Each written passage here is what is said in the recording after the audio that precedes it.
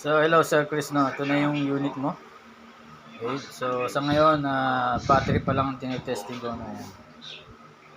So, wala pa tayong solar panel. Doon tayo sa labas mamaya. Medyo kulimlim pa kasi. So, ito yung MPPT natin. Yan. Okay. Then, battery charger. Okay.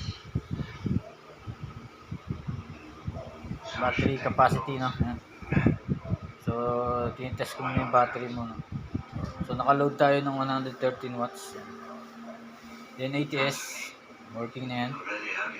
So once na mawala yung solar mo, mag-shift yan sa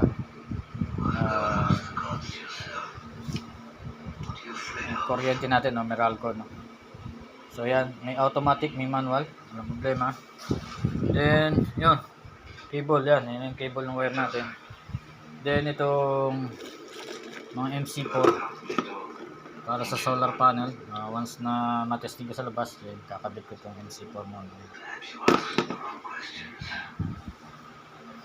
So, ayan, nakaload tayo ng dalawang electric fan at TV. So, ayan, working yung mga outlet, no? Ayan. Ayan.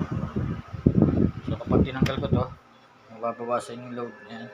So, pag sinaksak ulit yung sa kabila, so, working na yung mga outlet mo rin. Pati dito sa taas.